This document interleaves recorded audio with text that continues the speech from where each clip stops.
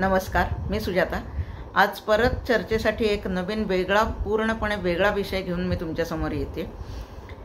विषय आहे right to truth, सत्य जाणून घेण्याचा अधिकार, जो संविधानाने आपल्याला दिलेला आहे। आता आपल्याला तर माहिती आहे, आपल्या देशात वेगवेगळ्या घटना घडत असतात किंवा कुठलेही विषय जेव्हा समोर येतात तर सगळ्याच राजकीय पक्षांना आणि नेत्यांना संविधानाच्या नावाने गळे काढायची सवय असते। पण त्याच संविधानाने जनतेला राईट टू ट्रूथ हा अधिकार दिलेला आहे, हे मात्र हे सगळे नेते सोयीस्कररित्या विसरतात। का तर संविधान हे त्यांच्या स्वार्थाप्रमाणे आणि त्यांच्या अजेंडाप्रमाणेच वापरायची त्यांना सवय झालेली आहे। मग आज अचानक राईट टू ट्रूथ हा विषय तुमच्या समोर मी का मांडते, तर याला कारण ठरलो कुठेतरी विवेक अग्निहोत्री यांचा चित्रपट द ताशकंद फाईल्स। आता तुम्ही म्हणाल की हा चित्रपट बराच जुना आहे, मग आजच याचा विषय का निघावा। खरंच वाईट वाटलं मला, कारण कित्येक वेळेला असं होतं की चित्रपट बघत असताना आपण अगदी शेवट, पण ज्या वेळेला आपण चित्रपट संपला असं समजतो त्याच्यानंतर बरेचदा चॅनल चेंज केला जातो। अगदी शेवटपर्यंत तो चित्रपटाची स्क्रीन आपल्या समोर असतेच असं नाही। टी व्हीवर मीही बघितला आहे, त्यावेळी मी भारताच्या बाहेर होते, तिथेही मी हा चित्रपट पडद्यावर बघितलेला आहे। पण कुठेतरी ह्या चित्रपटाने त्यावेळेला खळबळ माजवली होती मनात की भारताचे दुसरे पंतप्रधान लालबहादूर शास्त्री यांच्याबद्दल आपल्याला खरंच किती कमी माहिती। म्हणजे माझं जन्माच्या आधीच त्यांचा मृत्यू झालेला आहे 66 साली। त्यावेळेला इतिहासात आम्ही जेव्हा शिकलो इतिहास, आता आपल्याला त्याही गोष्टी समोर येत आहेत की इतिहासात किती सिलेक्टिव्ह गोष्टी आपल्या समोर आणल्या गेल्या। त्यामुळे लाल बहादूर शास्त्री यांचा विचार केला तर 2 ऑक्टोबरला त्यांची जयंती होती। त्यांनी जय जवान जय किसान हा नारा दिलेला होता। त्यांच्याच नेतृत्वाअंतर्गत 1965 साली आपण पाकिस्तानचा युद्धात पराभव केला आणि ताशकंद करार झाला। एक या ठराविक गोष्टी सोडल्या ना तर त्यांच्याबद्दल फार कमी आपल्याला माहिती आहे। हा चित्रपट जेव्हा पाहिला, समोर आला, त्यावेळी मनात इतकी खळबळ होती की आपल्याला खरोखरच या गोष्टी कशा काय नाही माहिती। त्यामुळे कुठेतरी या शेवटच्या वाक्याकडे कुठेतरी दुर्लक्ष झालं असं आपण म्हणूया। पण आत्ता जेव्हा रिसेंटली मी परत तो चित्रपट बघितला ना, त्यावेळेला शेवटचं त्या चित्रपटाचं वाक्य आहे, the authenticity of this report is not proven. Authenticity of this report, which report? Early 90s मध्ये मित्रों आर्काइव्हचं जे पुस्तक समोर आलं, ज्या हँडरिटन नोट्स होत्या KGBच्या, की ज्यांनी वेगवेगळ्या देशात कुठले जे काही KGBने त्यांची काम केलेली होती सिक्रेट सगळे, तर त्याच्याबद्दलच्या या हँडरिटन नोट्स होत्या। तर त्या समोर आल्यावर अक्षरशः देशात नाही जगात खळबळ माजली होती। ज्या ज्या देशांचे चॅप्टर त्या आर्काईव्हमध्ये होते त्यांनी तिथे चौकशी सुरू केली। त्याच्यातला एक चॅप्टर भारताचा सुद्धा होता। अगदी चित्रपटामध्ये सुद्धा या सगळ्या गोष्टींचा उल्लेख आहे। चित्रपट जेव्हा संपतो ना त्यावेळेला त्याच्यातले काही नोट्स आपल्या समोर येतात, त्यामध्ये वानो नावाचा उल्लेख आहे आणि जे नाव म्हणजे वानो हे कुणाला म्हणत होते त्याचं नाव तिथं ब्लर केलेलं आहे। आता तुम्ही किती ब्लर केलं तरी ते वानो हे कुणाला त्यांनी उद्देशून म्हणलेलं होतं हे न कळण्याइतपत काय जनता मूर्ख नाही आहे, ते कळतंच। टॉप लीडर वानो त्यावेळी कोण होत्या ते। गमतीचा भाग असा त्याच्यात लिहिलेला आहे की KGBकडनं त्यांना सुटकेसेस दिले जायच्या आणि पैसे काढून घेऊन त्या सुटकेस परत देण्याचं काम सुद्धा वानोने केलेलं नाही। इथपर्यंतच आम्ही बरेचदा तो चित्रपट वाचलेला आहे। पण त्याच्यानंतर ऑथेंटिसिटीचा जेव्हा विषय आला त्यावेळी मनात पहिला प्रश्न उभा राहिला की ऑथेंटिसिटी ही प्रूव्ह होईलच कशी जर का त्याची चौकशीच झाली नाही तर। हा खरा मुद्दा आहे आजच्या व्हिडिओचा, राईट टू ट्रूथ, सत्य जाणून घेण्याचा अधिकार, जो संविधानाने दिलेला आहे असं म्हणता, तर मग संविधान तर आपण पाळतच नाही याचा अर्थ।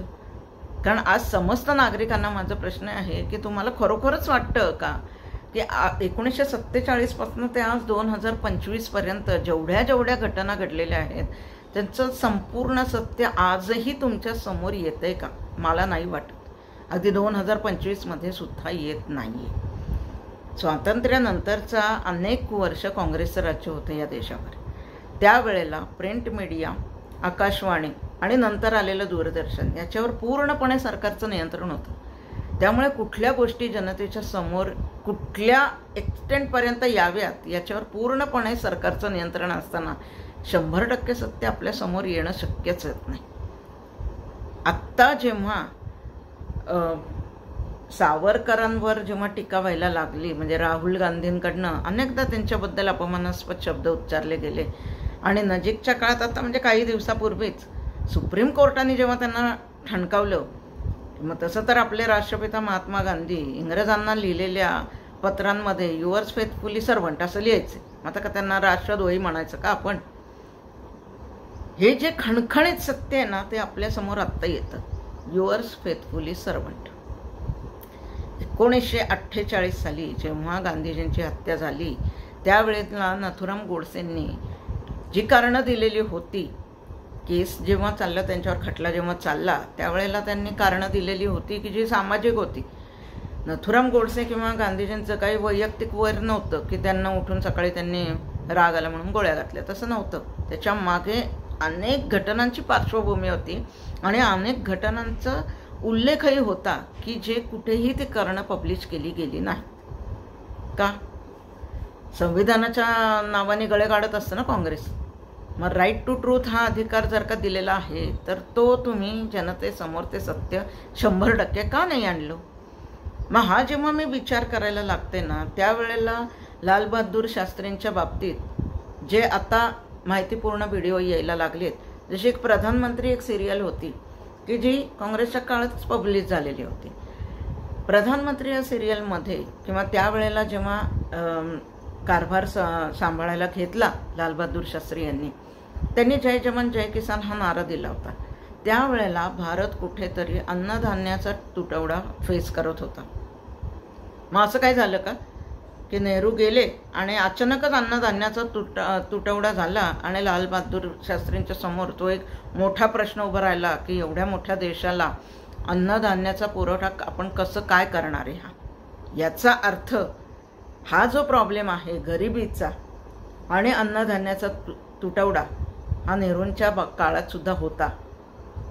पण मग ते सत्य तुम्ही समोर का नाही आणलं? हे सगळे आजचे प्रश्न सुरुवातीला काँग्रेसचे आणि नंतर भाजपसाठी सुद्धा आहेत.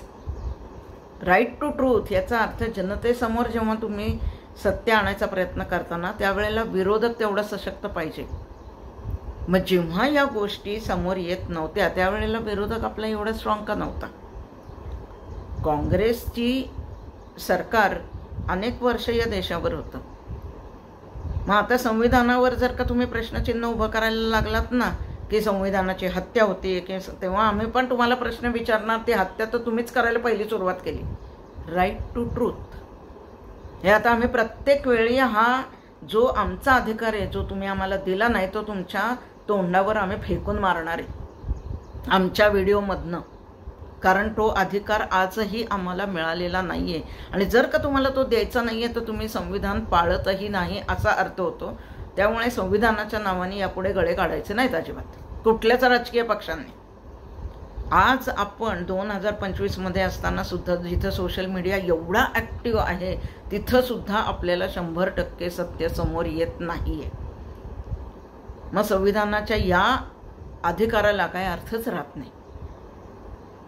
या ज्या वेळेला गोष्टी माझ्या विचारात यायला लागल्या ना तेव्हा असंख्य मुद्दे तुमच्या सुद्धा डोळ्यासमोर येतील आणि असेच मुद्दे जे तुम्हाला वाटतंय की ह्या गोष्टीतलं सत्य आपल्या समोर आजही आलेलं नाही, ते प्रामाणिकपणे मी तुम्हाला विनंती करते की तुमच्या मनात जे मुद्दे आहेत की जिथे तुम्हाला साशंकता आहे की जिथे 100% सत्य आपल्या समोर आलेलं नाहीये ते कमेंटमध्ये कृपा करून मांडा.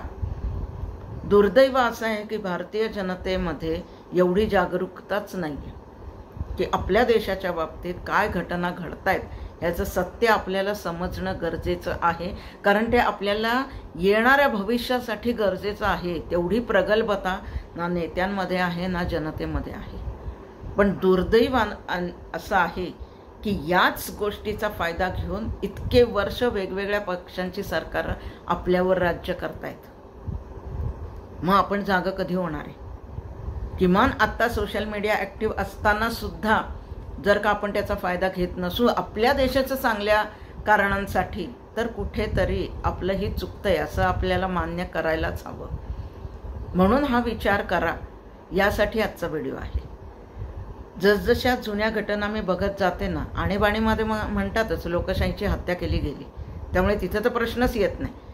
पण त्या बाबतीतल्या सुद्धा असंख्य घटना आहेत की ज्याचं सत्य आपल्या समोर आलं नाही. दिवंगत पंतप्रधान म्हणजे ज्या ठळक गोष्टी जर का आपल्याला बोलायच्या झाल्या तर इंदिरा गांधींनी या देशाला खूप काही दिलेलं आहे. पण मग जशी त्यांची हत्या झाली, त्यांच्याच सुरक्षा रक्षकांनी त्यांची हत्या केली, त्यावेळेला बियान सिंग आणि सतवंत सिंग यांनी तर सरेंडर केलेलं होतं. त्यांना काही सगळ्यांनाच उठसूट मारायलाच नव्हतं. इंदिरा गांधींच्या बरोबर त्यावेळेस बरेच लोक होते, पण त्यांनी हल्ला केला फक्त इंदिरा गांधींवर. त्यांचा मोटिव्ह जेव्हा साध्य झाला त्यावेळेला त्यांनी सरेंडर केलेलं होतं. मग तरीसुद्धा बियान सिंग आणि सतवंत सिंग यांच्यावर गोळीबार का झाला, बियान सिंग यांना का संपवलं गेलं, असं बियान सिंगला काय सत्य कदाचित माहिती असणार की जे जगासमोर येणं किंवा भारताच्या जनतेसमोर येणं हे योग्य नाही असं वाटलं, म्हणून त्याला संपवलं गेलं का, हे जनतेला समजायलाच पाहिजे. जर का आम्हाला अधिकार आहे संविधानात तर आम्ही हा प्रश्न विचारायला पाहिजे, पण आपण नाही विचारला आणि त्यावेळच्या विरोधकांनी कदाचित विचारलेला नसावा. त्यामुळे या गोष्टीचं आश्चर्य वाटतं की हे सत्य दडपून ठेवण्यामागत, कारण आपल्याकडे प्रत्येक गोष्टीवर सतत पांघरुणं घालायची सवय आहे. पण स्प्रिंग तुम्ही कितीही दाबली ना कधीतरी ती उफाळून वरती येतेच. तसं ते आत्ता झाले. पण त्या घटना इतक्या जुन्या आहेत की आता त्याच्यातनं कुठलंही सत्य बाहेर जरी आलं तरी त्याचा फारसा उपयोग होईल हा प्रश्न नाही आहे, पण ते येणं गरजेचं आहे. ही जागरूकता कुठेतरी जनतेमध्ये निर्माण होणं गरजेचं आहे. यासाठी सगळ्यांनी हा प्रयत्न करायला हवा आहे. आत्ताचं सुनंदा पुष्कर यांचं प्रकरण बघा, किंवा अगदी जुन्याच घटना घ्यायच्या झाल्या तर लाल बहादूर शास्त्री यांची हत्या होते ताशकंदमध्ये संशयास्पदरित्या. त्यांचं पोस्टमॉर्टमही होत नाही, त्याच्याबद्दल आपल्याला माहिती नाही. त्यांच्या हत्येमागे कोण होतं आपल्याला माहिती नाही. अणुशक्तीचे जनक होमी भाभा यांचीही संशयास्पदरित्या हत्या होते, त्याच्या मागचं सत्य आपल्यासमोर येत नाही. सुभाषचंद्र बोस आझाद हिंद सेनेचे संस्थापक, एक प्रचंड भव्य व्यक्तिमत्व आपण म्हणू शकतो ज्याला, त्यांची हत्या झाली का नाही झाली, त्यांची नक्की मृत्यू कधी झाली ह्याच्यावर अनुज धर स्वतः गेली 25 वर्ष झगडतायत. पूर्ण सत्य समोर आले नाही का? संविधान जर काय हा अधिकार देतो तर ही सरकारची जबाबदारी येत नाही की पूर्ण सत्य बाहेर यावं, कळावं लोकांना. ते कोणी म्हणतं की फैजाबादमध्ये शेवटी ते राहत होते आणि बरेच उशिरा त्यांचे स्वातंत्र्यानंतरच्या काळात त्यांची मृत्यू झालेली आहे. पण मग खरं सत्य काय होतं हे त्यांच्या मृत्यूनंतर सुद्धा आपल्या समोर आलेलं नाहीये. किती दुर्दैव आहे. आज सुद्धा जेव्हा आपण बघतो की सुप्रीम कोर्टाने राहुल गांधी यांना फटकारलेलं आहे, जेव्हा तुम्ही सावरकरांवर वाटेल ते आरोप करता त्यावेळेला आज सुप्रीम कोर्टच म्हणते की महात्मा गांधी यांच्या पत्रात, ते ब्रिटिशांना लिहिलेल्या पत्रात ते लिहायचे युअर्स फेथफुली सर्वंट, अंडरलाईन याला, युअर्स फेथफुली सर्वंट. हे सत्य आज आपल्या समोर येते 2025 मध्ये. मग काय म्हणायचं? युअर्स फेथफुली सर्वंटचा अर्थ काय होतो असं जर का विचार करायचं झाला तर सगळा इतिहासच खणून काढायला लागेल.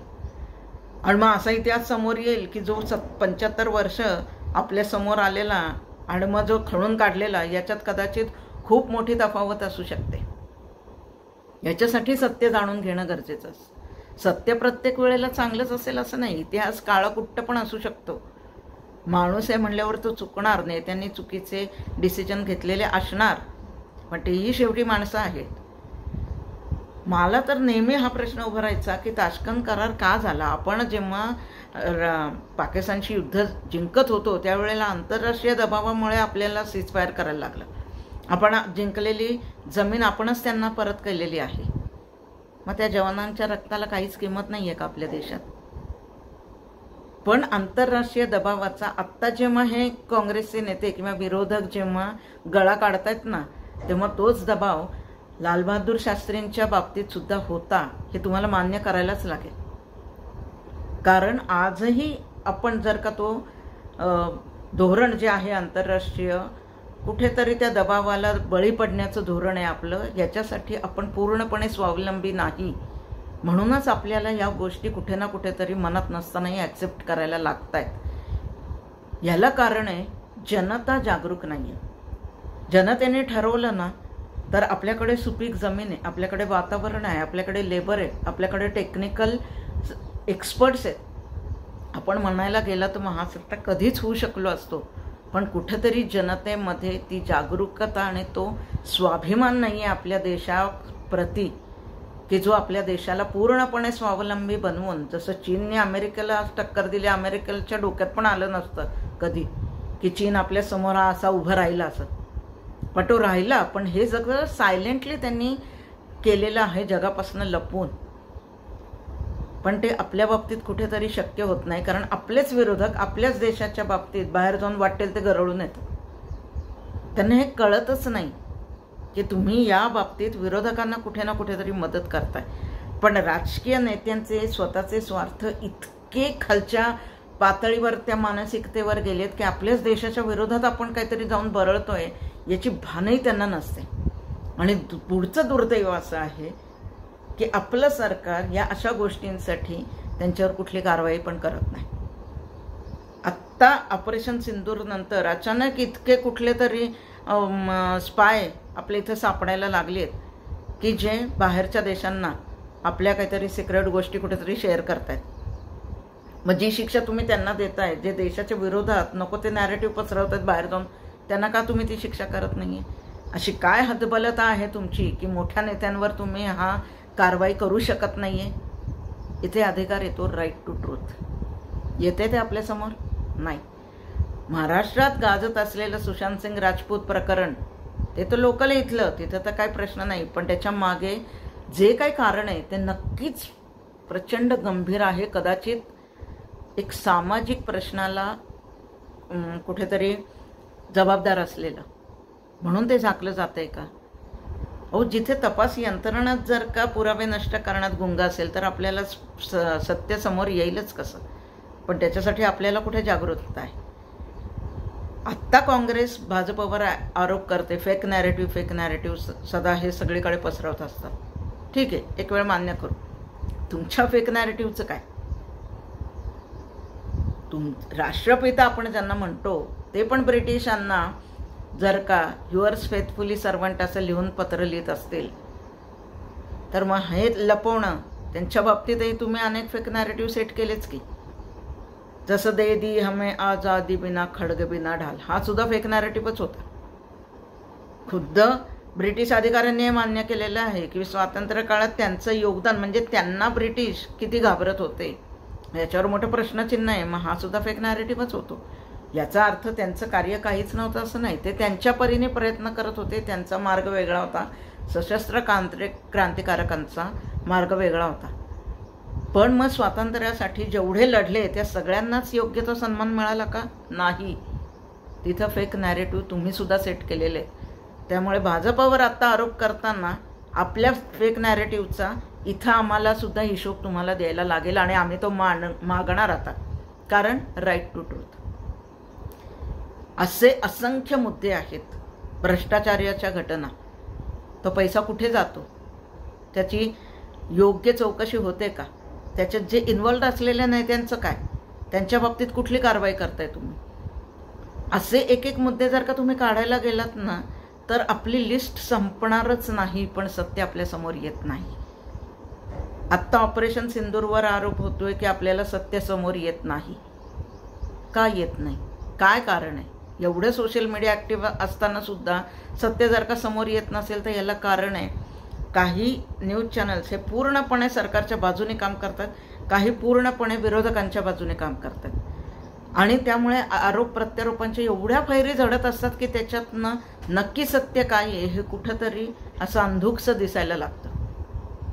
ते पूर्णपणे प्रकाशातच येत नाही. याच्यासाठी आजचा व्हिडिओ आहे आणि या विषयावर खरोखरच एक गंभीर विचार करण्याची गरज आहे.